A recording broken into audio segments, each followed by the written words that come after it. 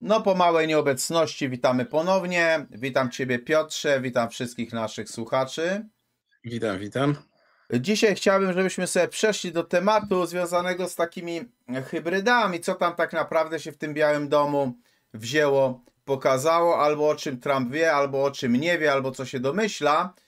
Czy to jest w ogóle prawda, że Trump miał dowiedzieć się o tym, że na Ziemi żyją tacy półludzie, półkosmici i w ogóle jak do tego wszystkiego doszło?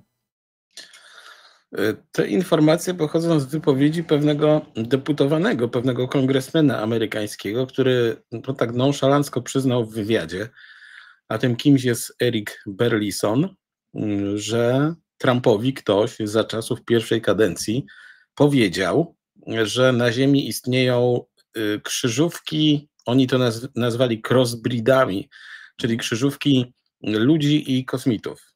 I że one są już między nami.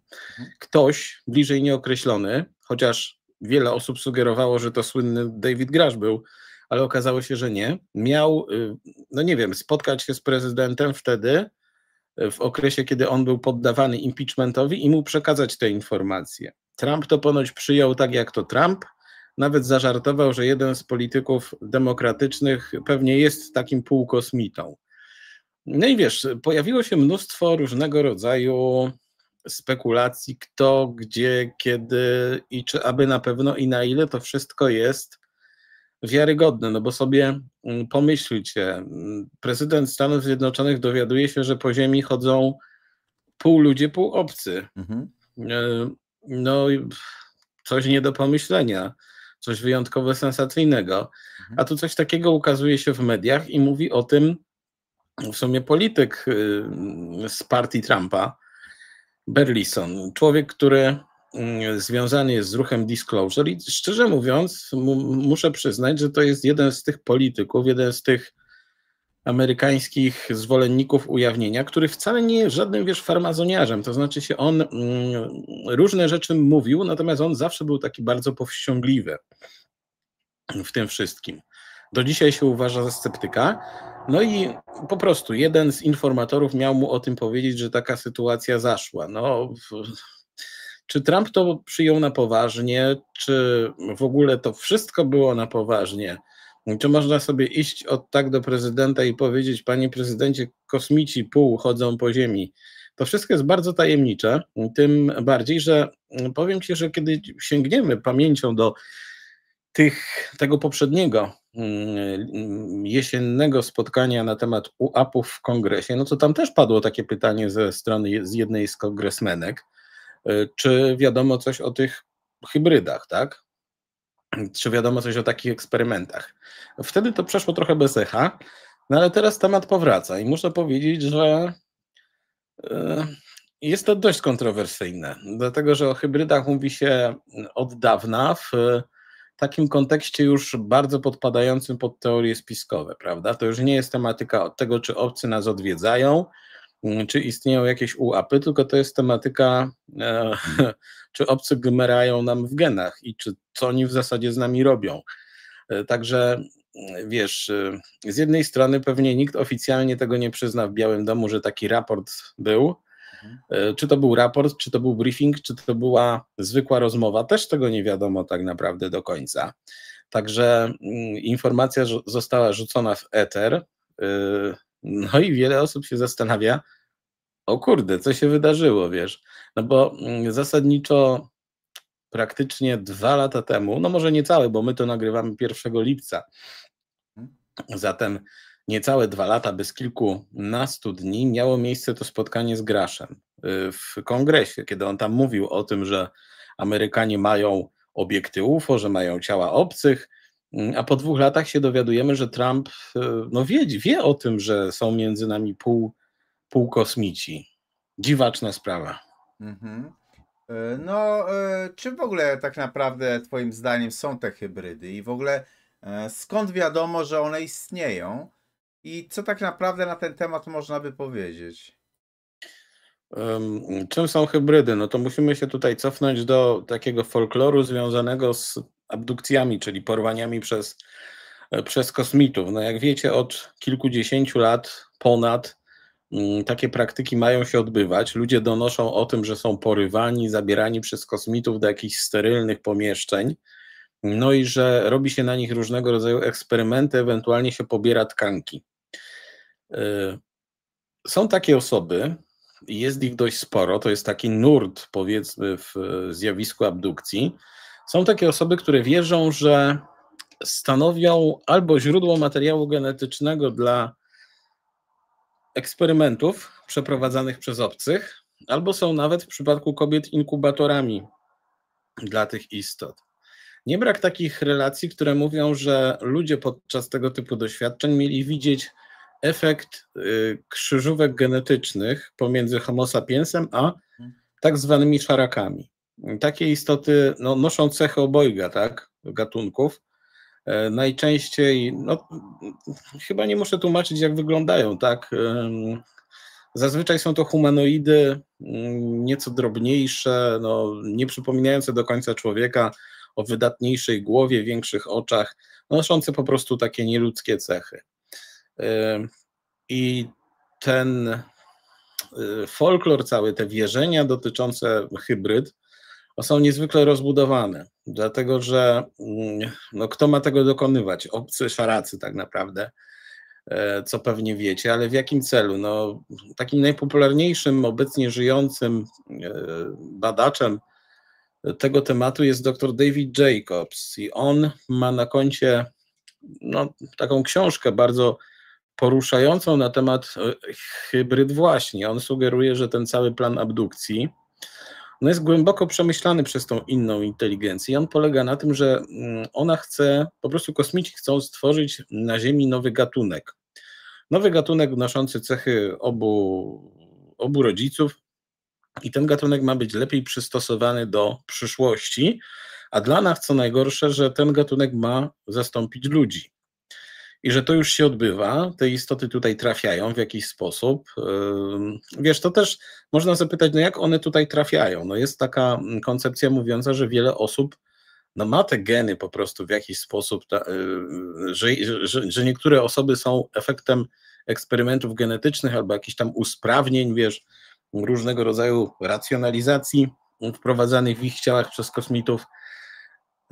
Także tak to wygląda. Jest to bardzo niepokojące, kiedy się czyta Jacobsa, mówiącego wprost, że kosmici nas tutaj kiedyś wyprą, zastąpią nas i oni tak naprawdę już tu są. O co im chodzi, tak też do końca nie wiadomo. My się tutaj opieramy w większości na domysłach, nie oszukujmy się, na domysłach, i tym, co mówią ludzie, którzy twierdzą, że zostali przez tych obcych porwani. Wszelkie informacje pochodzą właśnie od tych ludzi, a ci ludzie często opowiadają bardzo różne rzeczy. Na przykład jedna z wersji mówi, że ci szaracy, ci obcy w ten sposób zabezpieczają przede wszystkim swój gatunek, bo oni nie są w stanie się ani klonować, ani się nie są w stanie biologicznie rozmnażać już. I oni tworzą po prostu te hybrydy, żeby ich gatunek nie zaniknął, tak? Jakaś ich część po prostu przetrwa w postaci tych hybryd. Druga koncepcja mówi, taka z drugiego bieguna, że te hybrydy powstają po to, że człowiek nie ma przyszłości, że czeka nas jakaś katastrofa, obcy o tym dobrze wiedzą i żeby Homo sapiens w jakiejś formie przetrwał, to musi się, że tak powiem, scalić z innym gatunkiem. I tutaj mamy właśnie program hybrydyzacji. Z tymi hybrydami to też jest taki problem, że to musielibyście sięgnąć do literatury, bo jest mnóstwo tych opowieści i te opowieści mówią na przykład coś takiego, że hybrydy są pokazywane czasami ludziom po to, żeby się oswajały z ludźmi, tak? Bo te hybrydy nie do końca się zachowują jak ludzie, ponieważ mają cechy tego innego gatunku, to mogą się zachowywać nienaturalnie, że nie mają w sobie takiej empatii, nie mają tych cech, które charakteryzują ludzką psychikę, tak? Że one są takie zimne, powierzchowne. Dodatkowo często w tym Jacobs na przykład mówi o złych hybrydach, które wcale nie są nastawione przyjaźnie do człowieka. Zatem na samym końcu mamy jakiś złowieszczy plan obcych istot, które chcą po prostu człowieka z tej planety wyrugować, wyrzucić. Oczywiście w kontekście Trumpa tak daleko idące słowa nie padają, ale jednak, wiesz, te koncepcje, o których powiedziałem, one zawsze gdzieś w przypadku tych hybryd poruszane były. A także tym bardziej to wszystko jest kontrowersyjne, kiedy weźmiemy pod uwagę na przykład to, co mówi Jacobs, co mówili inni badacze zjawiska abdukcji. No tylko, że tak jak mówię, szczerze mówiąc, to w większości jest tylko, to są domysły, no one wynikają z relacji ludzi, którzy dostarczyli swoje, wiesz, opowieści w hipnozie. Dla niektórych jest to w ogóle niewiarygodne, dla innych absolutnie wiarygodne. Często po prostu te opowieści też nie scalają się w jakiś jeden scenariusz, że wiesz, to, że obcy coś robią z ludzkością, to jest jedyna pewna rzecz w tym wszystkim. Natomiast Jacobs widzi to w ten sposób, a inni autorzy w sposób zupełnie odwrotny. Także wiesz, tak jak w wielu tematach związanych z UFO, także i w przypadku hybryd mamy do czynienia z no, mnogością wątków, mnogością teorii, ale to jest jedna ze starszych teorii spiskowych, które gdzieś tam krążą wokół ufologii, no i mówią, że obcy porywają ludzi po to, żeby sobie pobierać materiał genetyczny i na jego podstawie tworzyć nowy gatunek. Postać, która w ogóle, albo człowiek, który w ogóle o tym mówił, czyli chodzi mi tutaj konkretnie o kongresmena Erika Burlisona, to jest taka postać znana z tych różnych kontrowersyjnych wypowiedzi. I co jeszcze takiego od niego usłyszeliśmy? No, Burlison dużo mówił. On już na tym pierwszym spotkaniu, gdzie gracz zeznawał, tym kongresowym oczywiście, użyłem takiego skrótu.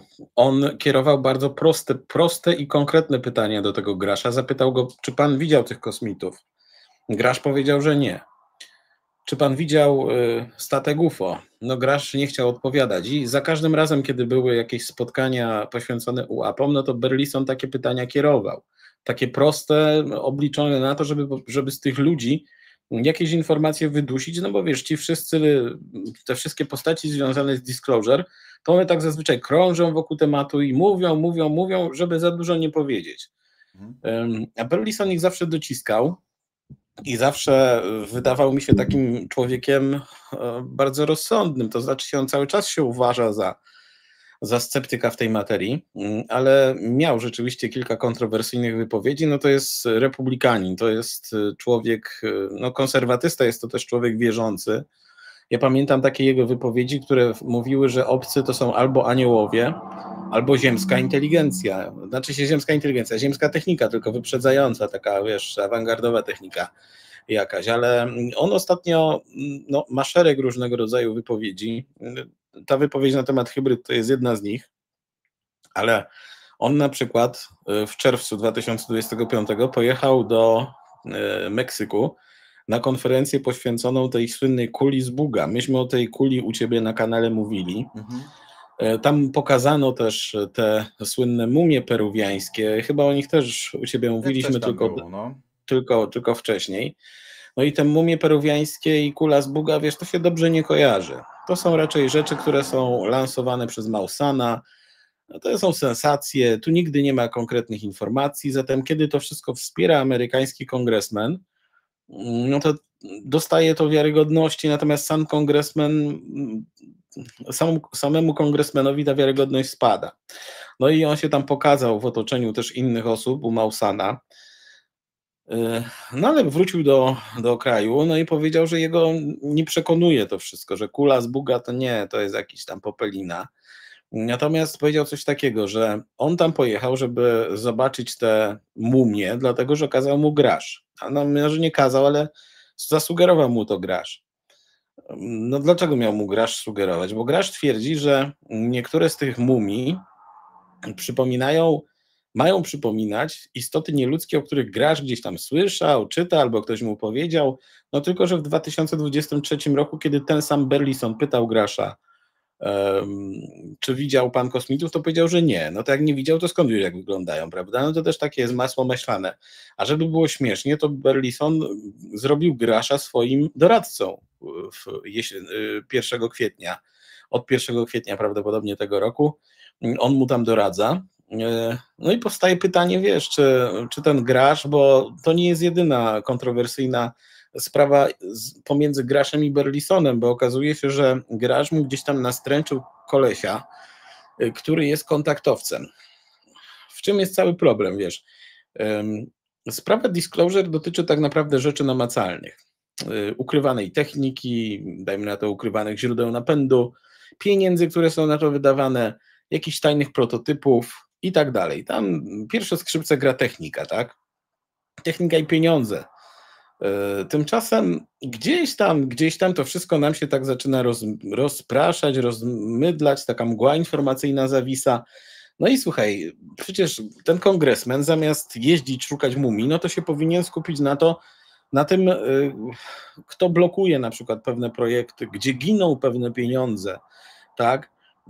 Dlaczego skoro te obiekty UAP mają trafiać do pewnych firm, to nie korzysta z tego państwo, tylko korzystają kontrahenci rządowi. Zamiast tego on się zajmuje mumiami, on się zajmuje jakimiś tam aniołami.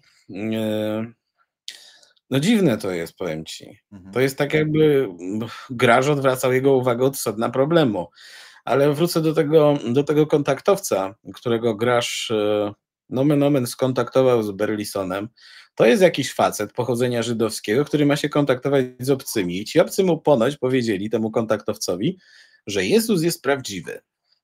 No i on przeszedł z judaizmu na chrześcijaństwo i od tego czasu się kontaktuje z tymi kosmitami, oni mu tam przekazują różne rzeczy. Wiesz, tyle razy u ciebie na kanale mówiliśmy o tej kultyzacji ufologii, o tym, że się tam wkręca jakieś religijne wątki, że to takie wszystko się robi już takie pomieszane, takie bajkowe, wiesz, niewiarygodne. No i zastanawiam się, no po co oni się tam, skoro oni chcą prawdy, to po co oni w ogóle podnoszą takie tematy? Że kosmici mu powiedzieli, że Jezus istnieje i Berlison, chociaż na pozór przecież racjonalista, no to już się zapalił, bo on tam w Biblię wierzy i to już dla niego jest dobre. No powiem ci, że jak się na to patrzę, to mnie ogarnia i śmiech, i przerażenie lekkie. No bo, tak jak mówię, zamiast szukać dowodów, szukać konkretów, to oni się zajmują kontaktowcami, którzy gadają z Jezusem. No bo ten kontaktowiec dowiedział się od kosmitów, że tak, Jezus istnieje, siedzi po prawicy Ojca. No i coś takiego. No to, wiesz, dla mnie to się nie klei tak do końca wszystko.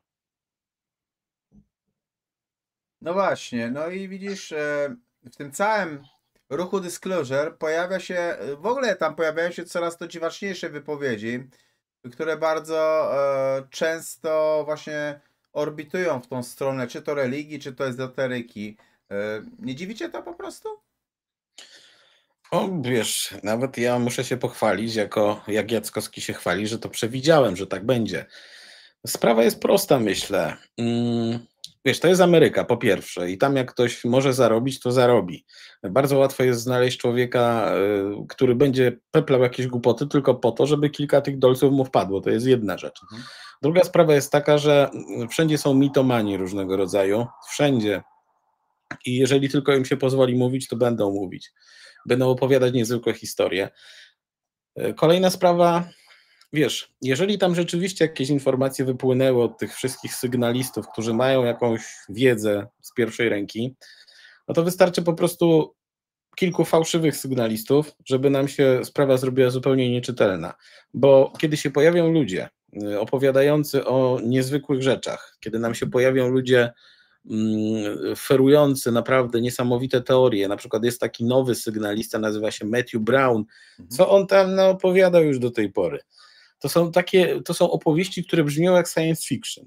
I na tle tych opowieści, które brzmią jak science fiction, które przyciągają uwagę, wypowiedzi nawet tych sygnalistów, którzy coś wiedzą na temat bardzo konkretny, będą tak błahe, blade, że one nie przyciągną uwagi. Także może też jest tak, paradoksalnie, że ci, którzy chcą walczyć z tym disclosure ze strony rządu czy ze strony służb specjalnych, wypuszczają tego rodzaju fałszywych sygnalistów i tak to wygląda, ale ja cały czas widzę to mocne przesunięcie w stronę ezoteryki, w stronę religii, w stronę apokalipsy, powiem ci, bo my cały czas słyszymy 2027, to wszystko leci z Ameryki, to wszystko w większości są ludzie skupieni wokół disclosure. No, jest jeszcze Bernatowicz u nas, który też te apokaliptyczne treści zaczyna podnosić równolegle, nie wiem dlaczego. Bardzo mnie to dziwi. Nie wiem, skąd to się bierze, wiesz. To może być zarówno próba ośmieszenia tego tematu, tak? Spuszczenia go właśnie w ten kanał religijno-ezoteryczny i nikt poważny już się tym łapami nie będzie zajmował, bo wszyscy będą wierzyć, a to ten temat, który się wiąże z ludźmi gadającymi z aniołami czy z kosmitami o Jezusie i tak to będzie postrzegane. Ja myślę, że to się wszystko zrobiło bardzo dziwne. Nie chce mi się w 100% wierzyć, że to jest przypadek, tak, bo nawet te osoby, które bardzo to disclosure napędzały, nagle się okazują właśnie takim jakimś, no nawet nie wiem jak to powiedzieć, to wiesz, to zaczyna powoli iść w stronę jakiejś tam sekty, sekciarstwa. Jest to trochę niebezpieczne i wydaje mi się, że to było planowane od początku jednak, żeby ten temat rozpocząć z hukiem, a potem go spuścić, wiesz, w kanał, że tak powiem. Tak mi się na chwilę obecną wydaje i tak to wszystko wygląda. Może się coś zmieni, przypominam, nagrywamy to 1 lipca, a tutaj wszystko jest możliwe w tej Ameryce. Okej, dzięki. Ja ciekaw jestem, co wy na ten temat sądzicie. Zachęcam również do zaglądania na profil, nie na profil, tylko kurczę, gadam cały dzień po niemiecku i potem mi się w głowie miesza i mówię also, nie? Ale na kanał YouTube'owy Piotra na UFO Historię i tam po prostu też dużo ciekawych rzeczy jest. Również nasze rozmowy są, jak i również na ten kanał drugi, który jest UFO Historię Little. I zachęcam, żeby tam zaglądać, subskrybować i żeby no odwiedzać, bo na pewno wielu rzeczy ciekawych możecie się dowiedzieć, a my czekamy na wasze komentarze właśnie również tutaj pod naszą dzisiejszą rozmową. Pozdrawiamy was serdecznie, pozdrawiam Cię Piotrze i do następnego razu. Trzymajcie się, cześć.